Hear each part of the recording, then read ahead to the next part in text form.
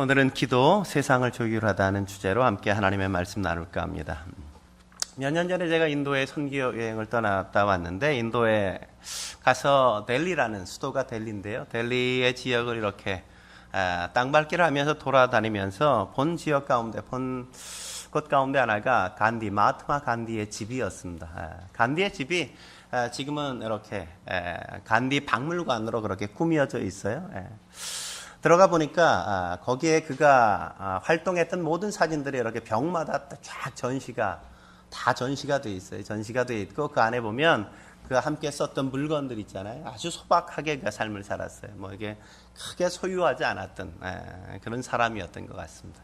그가 썼던 물레 같은 것들도 여전히 그의 박물관 안에 놓여 있고, 사진 그 밑에 이렇게 작은 문구들이 써 있기도 하고 그랬어요. 근데 제가 여러 가지 이렇게 돌아다니면서 본 문구 가운데 인상 깊었던 문구가 하나 제 눈에 아직도 기억에 남는 건, 그가 그런 말을 한 것이 그 안에 써 있었습니다. 당신이 변화의 주인공이 되라, 이런 메시지를 그가 그 안에 담겨놨더라고요. 당신이 변화의 주인공이 되라. 사실 그가 살았던 삶의 그 현장은 얼마나 치열한 삶의 현장이었습니까? 인도가 대영 제국의 어떤 식민지가 되어서 어떤 대영 제국의 제국주의 앞에 그렇게 굴복하고 살아가는 그의 백성들을 보는 것이 그의 가슴에 얼마나 쉽지 않은 인생이었어요. 그가 변호사였지만 그럼에도 불구하고 한 사람의 변호사로서 그 민족을 다시금 생각하면서 변화를 기대하는 마음이 그의 가슴 속에 있지 않았나. 이것은 단순히 그의 언어, 단순히 그냥 누군가에게 해주는 메시지가 아니라, 어쩌면 이 한마디의 말은 자신을 향해서 그 어두운 시대를 깨우기 위한 자신을 향한 메시지가 아니었을까 하는 생각이 제 마음속에 들었어요. 당신이 변화의 주인공이 되라. 이 시대가 어둡고 힘겹지만, 그러나 그 시대를 깨우고 그 시대에 새로운 희망을 낳고 싶은 거대한 열망이 그의 간디의 마음속에 있지 않았을까 하는 그 기대, 그런 생각이 그의 마음이 제 마음속에 그대로 전해져 왔습니다. 우리도 그렇지 않을까요? 우리가 세상의 변화를 꿈꾸면 우리가 가장 먼저 해야 될 일이 뭘까요? 우리의 가슴 속에도 여전히 내가 누군가가 세상을 변화시키기를 기대하는 것보다 어쩌면 내가 세상의 변화의 주역이 되어야 되겠다는 마음을 가져야 되지 않을까? 우리는 세상 변화에 대한 이야기를 많이 말합니다. 꿈에 대한 이야기를 많이 말해요. 그러나 대부분 그것이 누군가가 해주기를 기대하는 마음으로 말할 때가 얼마나 많아요. 변화해야 된다고 이야기하지만, 그러나 그 변화에 대한 책임, 의지, 그런 것들을 갖지 않고 누군가가 이 세대를 변화시켜 주기를 기대하는 마음으로 그런 이야기를 할 때가 얼마나 많이 있습니까? 그래서 우리는 뭔가를 이야기할 때 대부분 다른 사람의 탓으로 돌리고 다른 사람의 이야기처럼 할 때가 얼마나 많이 있어요. 그것이 마치 나의 이야기고 내가 끌어안아야 될 문제이고 내가 변화시켜 가야 될 문제라는 의식 자체를 우리가 갖지 못하고 살아갈 때가 적지 않단 말이죠. 오늘 우리는 간디처럼 우리의 마음속에 세상 변화를 기대하고 꿈꾼다면 우리가 그 변화의 주역이 되어야 된다는 사실을 우리가 놓치지 말아야 되지 않을까 하는 기대가 제 마음속에 있어요. 그럴 때 우리가 가장 먼저 그리고 가장 중요하게 해야 될 일 무엇일까요? 저는 아마 기도가 아닐까 하는 생각을 해봐요. 왜냐하면 우리가 기도를 드리는 하나님은 모든 만물의 창조주일 뿐만 아니라 오늘도 여전히 그분은 이 세상을 통치하시고 다스리시는 분이기 때문 아니겠습니까? 그래서 우리가 할 수 있는 가장 놀라운 일은 예배이고, 우리에게 주어진 가장 놀라운 특권은 하나님 앞에 나가서 기도하는 것이라는 사실을 우리는 결코 잊지 말아야죠.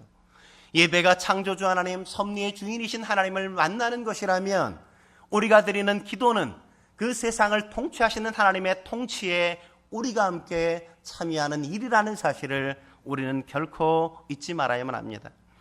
오늘 본문에도 우리는 하나님이 세상을 통치하시는 일에 함께 기도로 동참하고 있는 한 사람을 우리가 만나지 않습니까? 당시 오늘 본문에 보는 것처럼 소돔과 고모라의 죄악이 힘이 무거워져서 하나님이 침이 내려가셔서 그 땅을 심판하시는 그 대목이 오늘 본문의 장면 아니겠습니까? 그런데 그 하나님의 소돔과 고모라의 심판, 그 심판 가운데 하나님은 홀로 그냥 심판을 작정하시고 심판하시는 게 아니라, 오늘 본문에 보면 아브라함을 찾아오셔서 아브라함과 그 문제를 함께 대화를 나누시는 걸 우리가 보지 않습니까? 오늘 본문의 아브라함은 하나님께 뭐라고 이야기합니까? 하나님의 심판을 듣고 나서 그가 뭐라고 이야기해요? 주께서 의인과 악인을 함께 멸하려 하시나이까? 이렇게 묻잖아요. 하나님 어떻게 악인을 심판하는 건 정당하지만 의인도 악인과 어떻게 함께 심판하시려고 하십니까? 그렇게 물으면서 하나님께서 하시는 역사, 통치의 역사에 그가 함께 참여하는 걸 우리가 볼 수 있죠. 그리고 하나님 앞에 계속해서 묻죠. 의인 50명이 있으면 어떻게 하시겠습니까? 의인 45명이 있으면 어떻게 하시겠습니까? 40명이면, 30명이면, 20명이면 한 번만 더 말씀드릴게요. 10명 의인이 있다면 어떻게 하시겠습니까? 라고 하나님과 그 땅에 대한 통치를 조율하고 있는 아브라함을 우리가 만나지 않습니까? 기도는 뭐라고요? 하나님께 나아가서 세상을 조율하는 그 일에 참여하는 그 시간이란 말이죠. 너무 멋있지 않아요? 너무? 이런 거에 좀 감격해야 되는데. 얼마나 멋있는 거예요, 그죠? 기도는 세상을 다스리시는 하나님의 통치에 하나님과 더불어 세상을 조율해가는 일에 동참하는 일이란 말이죠. 그렇다면 세상을 조율하는 기도 어떻게 드릴 수 있을까요? 첫째, 우리는 하나님께 가까이 나아가 기도해야 된단 말이죠. 하나님께 가까이 나아가 기도해야 된다는 거죠. 오늘 아브라함은 기도의 본질이 뭐라고 이야기하고 있어요? 하나님께 가까이 나아가는 것이라고 이야기하고 있는 걸 우리가 보지 않습니까? 오늘 22절 뭐라고 기록하고 있습니까? 22절 말씀 같이 한번 읽어볼까요? 22절 같이 읽겠습니다. 시작. 그 사람들이 거기서 떠나 소돔으로 향하여 가고 아브라함은 여호와 앞에 그대로 섰더니. 그는 어려운 문제 앞에서 사람을 찾아가지 않습니다. 하나님께서 소돔과 고모라를 심판하신다고 말씀할 때 그는 그 이야기를 듣고 뛰쳐나가서 사람들에게 그 소식을 알리려고 하지 않는단 말이죠. 그는 그 문제 앞에서 하나님 앞에 더 가까이 나가서 하나님 앞에서 그 문제를 논의하고 나누고 있는 걸 우리가 발견하지 않습니까? 오늘 본문에 보면 여기서 그대로라고 이야기하잖아요. 그대로. 여기서 그대로라는 말은 계속적으로 이런 말이에요. 계속적으로. 아브라함은 오랜 시간 하나님과 더불어 함께 있었다고 이야기하고 있는 거란 말이죠. 하나님이 두 천사를 소돔과 고모라에 보내고 나니까 아브라함은 어떻게 했어요? 그 시간 하나님 앞에 더 가까이 나아갔다고 이야기하는 걸 우리가 만나지 않습니까? 23절 말씀 한번 읽어볼까요? 23절 같이 읽어보죠. 시작. 아브라함이 가까이 나아가 이르되 주께서 의인을 악인과 함께 멸하라 하시나이까. 두 천사가 떠나가자 아브라함은 하나님을 독대하면서 하나님 앞에서 신중하게 그 이야기를 풀어가는 걸 가까이 나가서 더 가까이 가서 그는 하나님과 나누고 있는 걸 우리가 볼 수 있죠. 무디의 자서전에 보면 무디가 자기 인생에 매우 행복한 한때를 추억하면서 그는 그런 이야기를 해요. 자기 아들이 5살 때 아들이 갑자기 자기의 서재를 막 뛰어들어오는 거예요. 아빠 아빠 막 부르는 거예요. 아빠 아빠 이렇게 부를 때는 대부분 뭐예요? 은찬이가 언제 우리 성일 형제 아빠 아빠 불러요? 뭘 필요로 할 때, 사달라 그럴 때. 우리 경훈이는 언제 불러요? 엄마 엄마 도움이 필요할 때, 그죠? 뭔가가 필요할 때, 뭔가 내게 요구가 있을 때 아빠 아빠 엄마 엄마 이렇게 찾잖아요, 대부분. 그래서 간디도 그 아들에게 그래 뭘 도와줄까 이렇게 물었더니 그 아이가 의외의 뜻밖의 대답을 하는 거예요. 아무것도 아니에요. 그냥 아빠랑 함께 있고 싶어서요. 아빠랑 함께 있고 싶어서요. 그게 너무나 가슴속에 이렇게 너무 행복하게 해주더래요. 자기 간디의 마음을. 아들이 늘 자기 일을 필요로 할 때 뭔가 요구사항이 있을 때만 찾았는데 이제 뭐예요? 나랑 함께 있고 싶어서, 그냥 나랑 같이 있고 싶어서 아들이 내 곁에 왔다는 그 사실이 너무너무 행복하다는 거죠. 너무너무 행복하다는 거죠. 저도 제가 손주를 키우면서 제가 아들을 키울 때는 별로 그렇게 행복한지 잘 몰랐어요. 근데 손주를 딱 키우고 나니까 손주를 보는 게 손주가 언제 행복하냐면 재영이가 딱 와가지고 제 손을 딱, 그 손이 얼마나요? 요만한 손 아니겠어요? 요만한 손. 요만한 손으로 제 손가락 하나를 이렇게 잡고 할아버지 이러면서 저를 끌고 갈 때. 그때 그렇게 행복한 거 아세요? 그렇게? 경험해 봤어요. 알지? 경험해 봤어요. 제 손을 딱 잡고 제가 뭔가를 막 하고 있는데도 불구하고 제 손을 끌고 갈 때 주저함 없이 거침없이 찾아와서 뭔가 당연히 나를 잡고 가면 뭐든지 다 해결해 줄 것 같고 내게 달려오면 뭐든지 다 들어줄 것 같은 그 한결같은 열린 그 확신과 신뢰를 갖고 나오는 손주를 볼 때, 재영이를 볼 때 제 마음이 나를 끌고 가는 게 진짜 바빠 죽겠는데 뭐 이런 마음이 아니라 그 한결같은 지지를 받고 신뢰를 얻는다는 그 마음의 행복감이 제 마음속에 있단 말이죠. 오늘 아마 아브라함도 그런 마음 아니었겠습니까? 하나님 앞에 더 가까이 나아가는 두 천사가 사라지고 마치 두 천사가 떠나가고 하나님과 이제 홀로 있는 그 시간, 아브라함은 하나님 앞에 더 가까이 그 걸음을 옮겨서 하나님 앞으로 한 걸음 한 걸음 더 가까이 나가서 하나님과 함께 있는 그 시간을 즐기고 있는 것 아니겠어요? 기도란 뭐예요? 바로 그런 거란 말이죠. 하나님 앞에 더 가까이 나가는 것, 한 걸음 한 걸음 더 가까이 그분과 친밀하게 다가서는 것, 그게 바로 기도 아니겠어요? 그러나 이건 단순히 아브라함이 하나님에게 느끼는 욕구만이 아니었다는 걸 우리는 잊지 말아야 돼요. 하나님도 아브라함처럼 아브라함과 더 가까이 함께 있고 싶어하는 마음이 하나님의 마음이라는 것도 오늘 본문에서 우리가 발견할 수 있지 않습니까? 어디서 확인할 수 있어요? 오늘 본문 바로 앞절인 창세기 18장 17절 말씀에 보면 그런 대목을 우리가 만나죠. 저는 이 말씀이 너무 행복해요. 이 말씀이. 같이 한번 읽어볼까요? 이 말씀 같이 한번 읽어보죠. 시작. 여호와께서 이르시되 내가 하려는 것을 아브라함에게 숨기겠느냐. 이 말은 뭐예요? 하나님께서 내가 하려는 걸 아브라함에게 숨기겠느냐, 이 말은 아브라함에게 숨기고 안 가르쳐 주지, 이렇게 얘기하는 걸까요? 숨기겠다는 거예요? 숨기지 않겠다는 거예요? 숨기지 않겠다는 거죠. 하나님이 하시는 모든 일들에 대해서, 내가 이 땅을 통치하고 다스리는 모든 일들에 대해서 나는 아브라함에게 결코 숨기지 않겠다. 그에게 비밀로 하지 않겠다. 그가 모두가 내 마음에 있는 걸 다 알기를 원한다. 그만큼 하나님도 아브라함, 그를 가까이 하고 싶어하는 그 아브라함의 마음과 하나 되기를 기뻐하시고 즐거워하신다는 것, 그 거대한 욕망이 그의 마음속에도 있다는 걸 아시겠습니까? 아브라함에게만 그런 마음을 가지실까요? 아니죠. 하나님은 오늘을 사는 우리에게도 동일한 마음을 갖고 싶어 하지 않겠어요?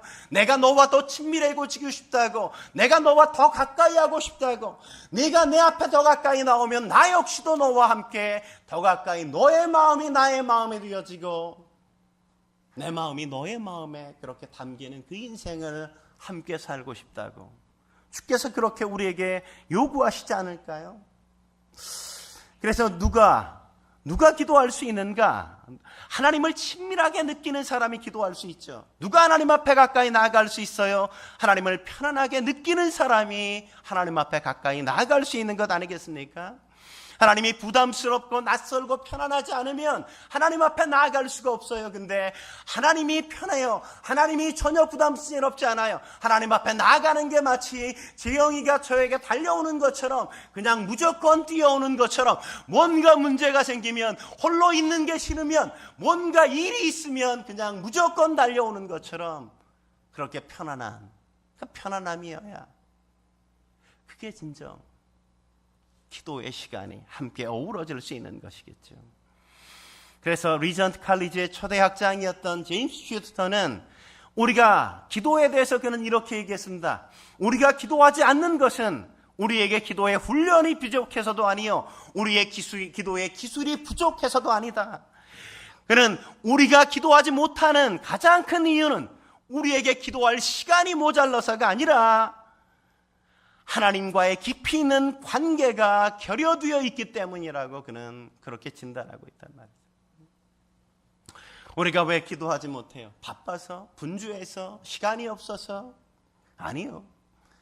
가장 중요한 이유는 하나님과의 있는 친밀한 그 관계, 그 속에 내가 그분을 만나지 못하고 그분과 함께 있지 못하기 때문이라고 이야기한단 말이죠.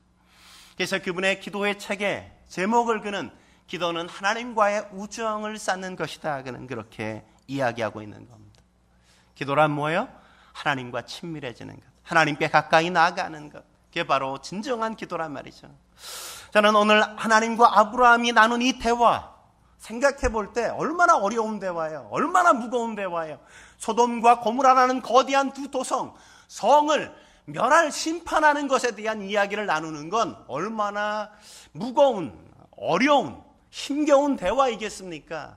근데 그런 어려운 문제를 하나님이 아브라함에게 가지고 나와서 이야기를 허심탄회하게 내놓고, 아브라함 역시도 그 문제에 하나님께서 내놓는 이야기에 대해서 그는 하나님 앞에 거침없이, 그러나 예의를 갖추면서 하나님께 자기의 욕망을, 또 자기의 마음을 투명하게 이야기하는 그 모습은 얼마나 아름다운 모습이겠어요. 그죠? 왜 가능했어요, 그게? 그 어려운 문제, 무거운 이야기도 친밀했기 때문에, 가까웠기 때문에 다 나눌 수 있는 거죠. 다 나눌 수 있는 거죠. 하나님은 아브라함만이 아니라 우리도 당신 앞에 가까이 오기를 원하신단 말이죠. 그래서 예수님이 십자가에서 운명하실 때 성소의 휘장이 위로부터 아래까지 다 찢어진 것 아니겠습니까? 그리고 예수님의 이름을 힘입어 하나님 앞에 나아가 기도할 수 있도록 우리에게 주께서 그 문을 열어주셨잖아요. 그 거룩하신 하나님의 이름을 부를 수만 있다면, 우리가 하나님을 바라보고 하나님 앞에 가까이 나아가서 우리가 하나님 앞에 무언가를 내놓을 수 있고 그분과 나눌 수 있다면, 그분은 우리의 기도를 들으시고 우리의 삶 속에 함께 간섭하시며 세상을 조율하는 그 일에 우리를 함께 동참시키실 수 있단 말이죠. 우리의 가장 놀라운 축복, 하나님을 가까이 하는 것이라는 사실을 결코 놓치지 마십시오. 하나님 앞에 나가 기도할 수 있다는 것, 그것보다 더 놀라운 특권은 우리의 삶 가운데 없습니다. 한 걸음 더 나아가서 세상을 조율하는 기도 어떻게 드릴 수 있을까요? 두 번째, 우리는 하나님께 겸손히 나아가 기도해야만 합니다. 우리는 하나님께 겸손히 나아가 기도할 수 있어야 된단 말이죠. 칼빈은 그의 기독교 강요라는 그의 명저, 기독교 고전인 그의 책에서 그는 이렇게 얘기하죠. 우리가 갖고 있는 거의 모든 지혜, 그 참되고 건전한 지혜는 두 부분으로 되어 있다. 그 하나는 하나님에 관한 지식이요, 또 하나는 우리 자신에 관한 지식이다. 이렇게 이야기했어요. 그래요, 우리는 우리 자신을 바로 아는 것보다 더 중요한 게 없죠. 하나님을 아는 것만큼 중요한 게 뭐냐면 나 자신을 아는 거란 말이죠. 하나님의 전능하심을 아는 그 사람은 자신이 어떤 존재인지도 알아가기를 힘쓴단 말이죠. 오늘 아브라함을 보십시오. 아브라함은 전능하신 하나님 앞에 서서 내가 어떤 존재인지를 투명하고 분명하게 그가 고백하지 않습니까? 그는 하나님 앞에서 뭐라고 자신에 대해서 고백해요? 티끌과 같은 나라도, 이렇게 고백하죠. 그리고 하나님 앞에 말씀드릴 때 내가 감히 말씀드립니다라고 그는 하나님을 경유하는 마음으로, 그리고 자신이 겸손함을 갖고 잃지 않고 하나님 앞에 기도하는 걸 우리가 만나죠. 정말 그런지 우리 27절 말씀 같이 한번 읽어볼까요? 27절 같이 읽겠습니다. 시작.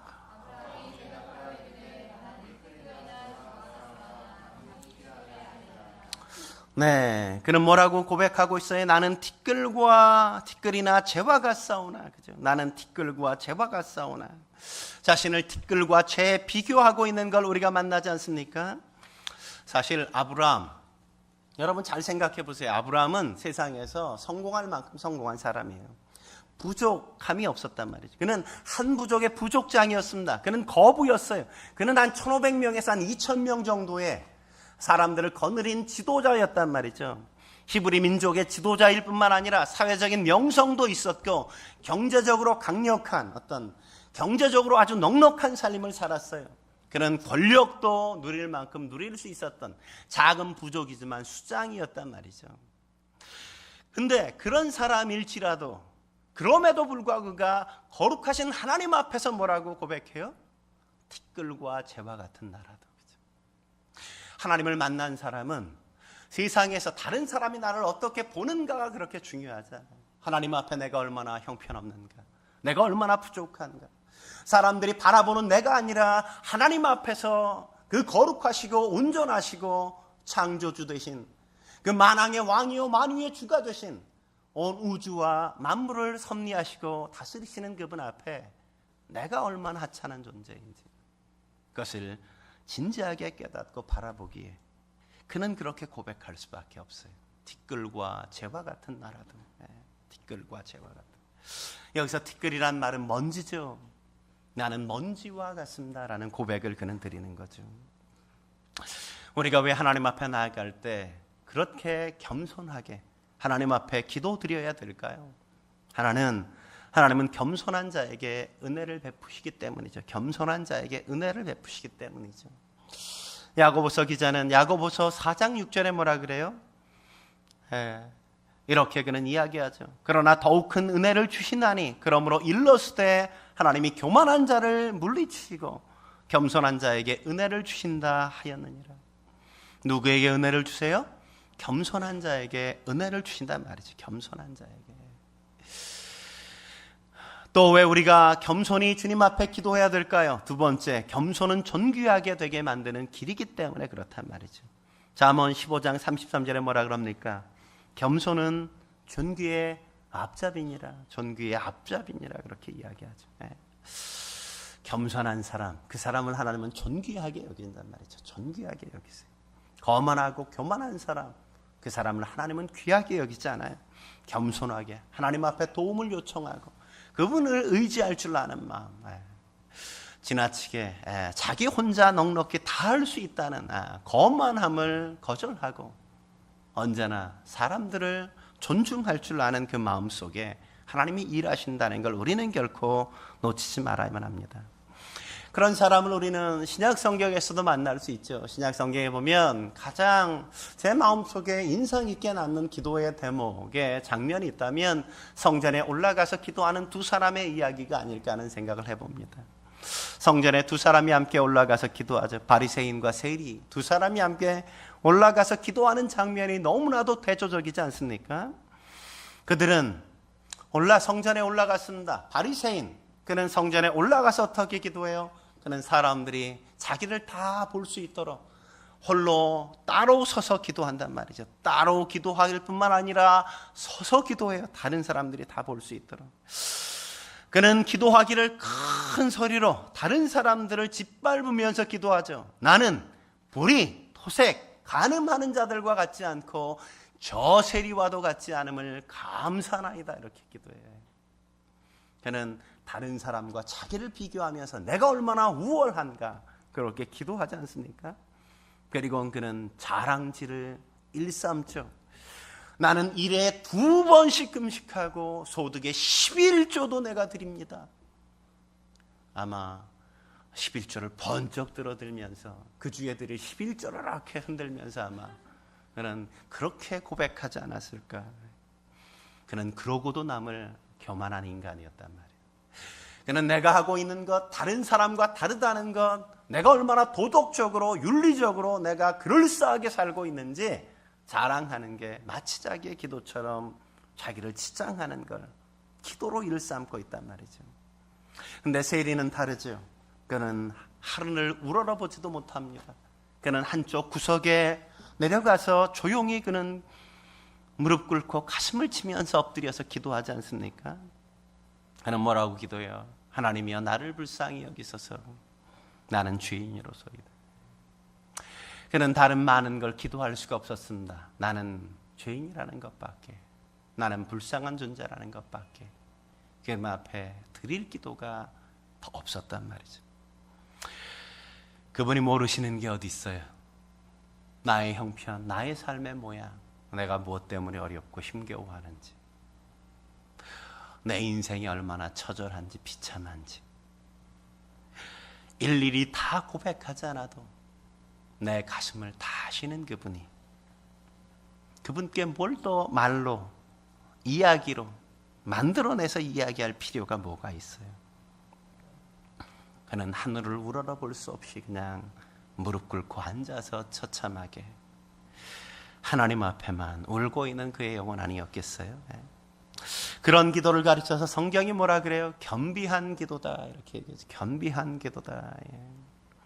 하나님은 역대하 7장 14절에 이렇게 말씀하시는 걸 우리가 만나지 않습니까? 같이 한번 읽어볼까요? 이 아주 기도에 대한 아주 탁월한 성경 구절 같이 한번 읽어보죠. 시작.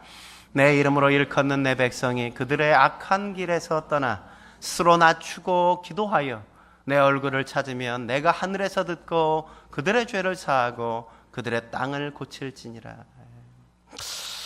하나님의 얼굴을 찾고 하늘에 찾으면 그분이 듣고 그 죄를 사하고 땅을 고치는 역사, 어떤 사람에게 주어져요? 스스로 낮추고 기도할 줄 아는 사람, 스스로 낮추고 기도할 줄 아는. 예전 성경에는 겸비하여 기도하면 이렇게 되어 있었죠.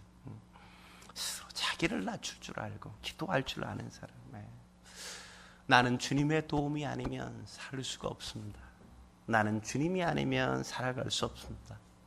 라는 그 겸손함, 여전히 하나님의 통치가, 하나님의 다스림이 우리를 살게 하고 우리의 인생을 가능케 합니다라는 고백을 드릴 줄 아는 그 사람의 인생을 주께서 붙드시고 그 인생을 주장하신다는 거죠. 그 사람의 기도, 그 사람의 기도를 주께서 들으시는 거란 말이죠. 마지막 한 걸음 더 나가서 세상을 조율하는 기도 어떻게 드릴 수 있을까요? 세 번째, 우리는 하나님께 사회적 책임을 갖고 기도해야 한단 말이죠. 우리는 하나님께 사회적인 책임을 갖고 기도할 수 있어야 된단 말이죠. 아브라함이 소돔과 고모라를 위해 기도하는 이유 무엇 때문이었겠어요? 저는 아마도 그게 자신이 살고 있는 세상에 대한 사회적인 책임을 그가 느끼고 있었기 때문 아니었을까? 저는 그런 생각을 해봐요. 존 던이라는 시인이 그런 말을, 유명한 시를 그렇게 읊지 않았습니까? 인간은 각기 떨어진 외로운 섬이 아니라 인간은 대륙의 한 부분이다. 대륙의 한 부분이다. 우리는 홀로 살지 않는단 말이죠. 이 사회의 일원으로 살아간단 말이죠. 이 세상의 공동체, 그 속에 한 사람으로 내가 존재하고 있다는 사실을 우리는 부정할 수 없습니다. 우리는 하늘에 속한 사람이지만 그러나 여전히 이 땅에 속하여 살고 있는 존재라는 것도 우리는 부정할 수 없단 말이죠. 그렇기에 우리는 이 땅을 위한 거룩한 사회적 책임감, 그 책임감을 함께 느끼면서 이 사회를 жил머지면서 함께 기도를 드릴 수 있어야 하는 거죠. 저는 그리스도인의 가장 중요한 사명이 있다면 그런 의미에서 하나님과 세상에 다리를 놓는 역할이라고 저는 생각해요. 다리를 놓는 것. 하늘과 땅을 엮어가는 것. 그게 그리스도인의 가장 중요한 사역이라고 저는 생각합니다. 그걸 우리가 흔히 중보사역 이렇게 우리가 얘기하죠. 중보의 사역이다 이렇게 얘기해요. 우리가 중보의 사역, 가장 중요한 두 가지의 중보의 사역이 있다면 하나는 영혼을 구원하는 전도의 사역이고 또 하나가 있다면 저는 세상을 위하여 기도하는 중보 기도의 사역이라고 저는 생각해요. 저는 이런 중보기도의 사역의 장을 가장 잘 묘사해주는 그림이 에스겔서에 있다고 생각해요. 에스겔서 22장 29절에서 31절 말씀 같이 한번 볼까요? 에스겔서 22장 29절에서 31절 말씀 우리 한 목소리로 같이 한번 천천히 읽어보도록 하죠. 시작.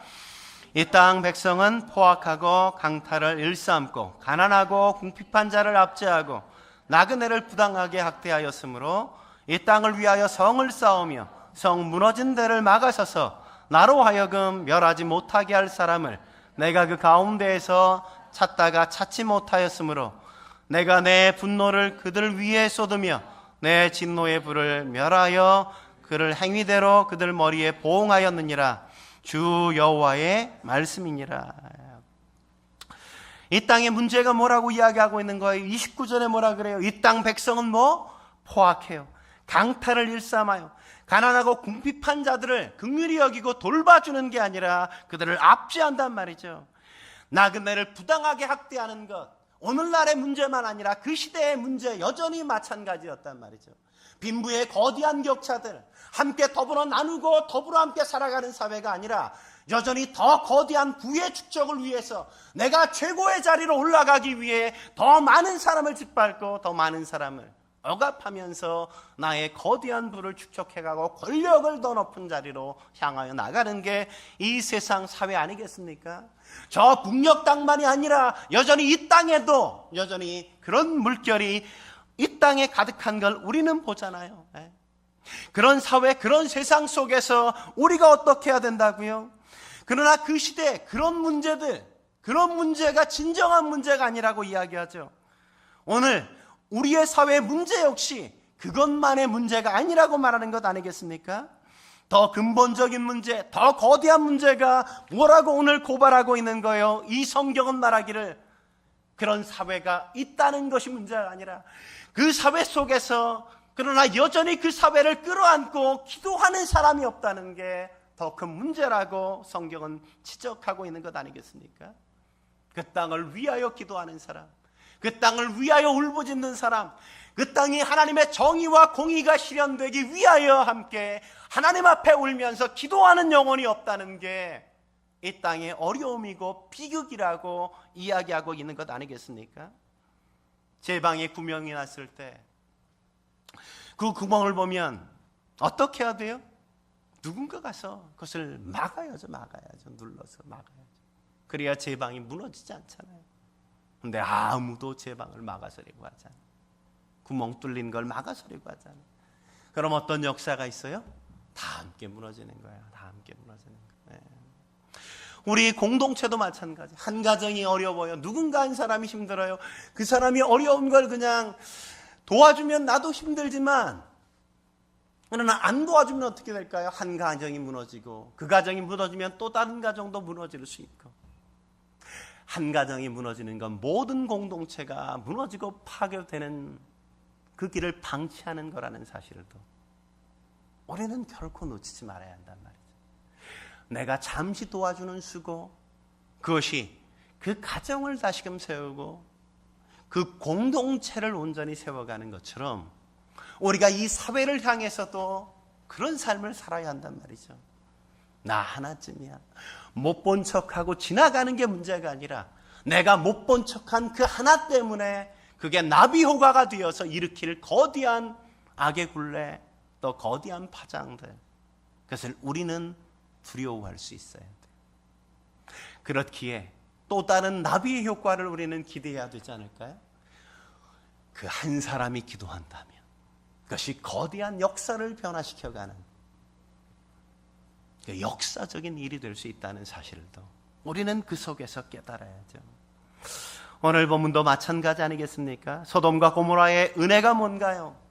소돔과 고모라가 그런 어려움, 심판 앞에 있을 때 그 소돔과 고모라, 그게 그렇게 타락했지만 그러나 그 소돔과 고모라를 끌어안고 기도하는 아브라함이 있었다는 게 축복 아니겠어요? 축복.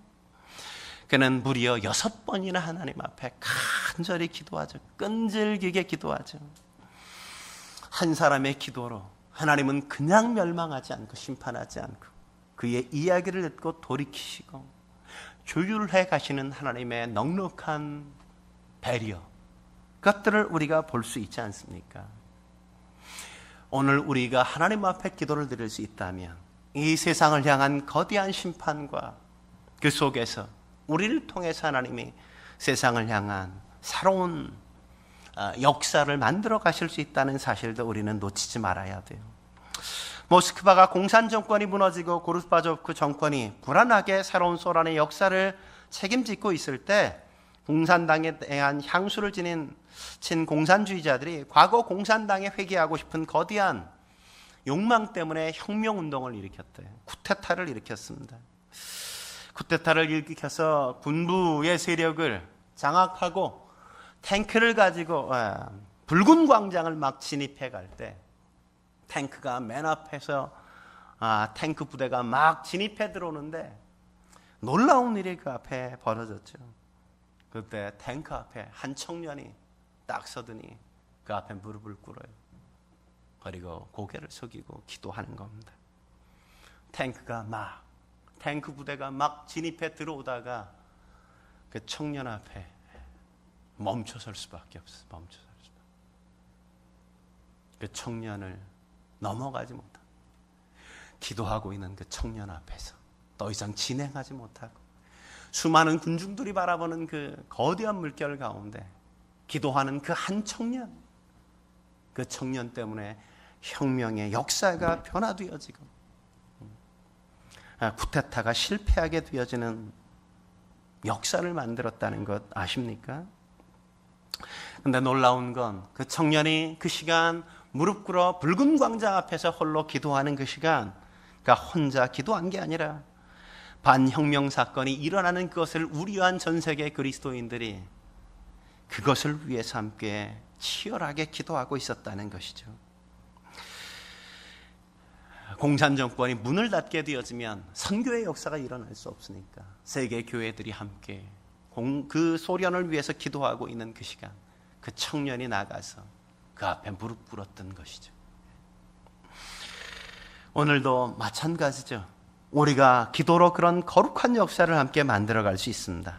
한 사회의 일원으로 사회적인 책임을 가지고 그 시대에 무너진 데, 가정이 무너지는 것, 교회가 무너지는 것, 그 사회나 공동체가 무너지는 데를 막아서는 기도의 사람이 오늘도 여전히 필요하단 말이죠. 오늘 우리가 새롭게 거듭났다면, 우리가 진정한 하나님의 사람으로 가장 중요하게 해야 될 일이 있다면 우리가 이 사회를 끌어안고 함께 기도하는 것입니다. 그래서 오스기니스라는 분은 선지자적인 반시대성이라는 책에 보면 그리스도인이 불의한 이 세대를 살면서 치러야 될 세 가지의 대가가 있다고 그런 이야기했어요. 세 가지의 대가가 있다. 저는 여러분들이 이 책을 꼭 한번 좀 읽어봤으면 좋겠어요. 선지자적 반시대성. 굉장히 멋있잖아요, 책 제목이. 굉장히 멋있잖아요. 저도 책 제목이 너무 멋있었어요. 전 이분 책을 다 사서 봤어요. 이분 책은 무조건 사요. 그냥 나오면 사요. 오스기니스 책은. 그 중에 세 가지, 그리스도인이 불의한 이 세대를 살면서 치러야 할 세 가지 대가. 하나는 부적응이다. 부적응. 사회가 불경건해지고 교회가 점차 타락해 갈 때 신실함이란 그 대가를 지불할 수밖에 없다는 거죠. 신실한 사람은 그 대가를 지불할 수밖에 없다는 거예요. 믿음으로 사는 사람은 그 불의한 사회와 교회에 잘 맞지 않는다는 거죠. 잘 맞지 않아. 그러니까 적응할 수가 없어.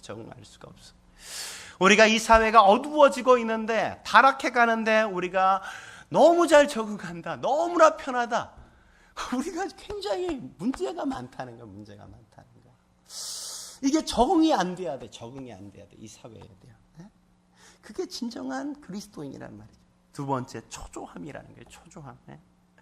사회가 불건전해지고 교회가 타락해가고 하나님의 목적이 수렁에 빠져들고 방해를 받고 있을 때 믿음의 사람들은 안절부절해야 된단 말이죠.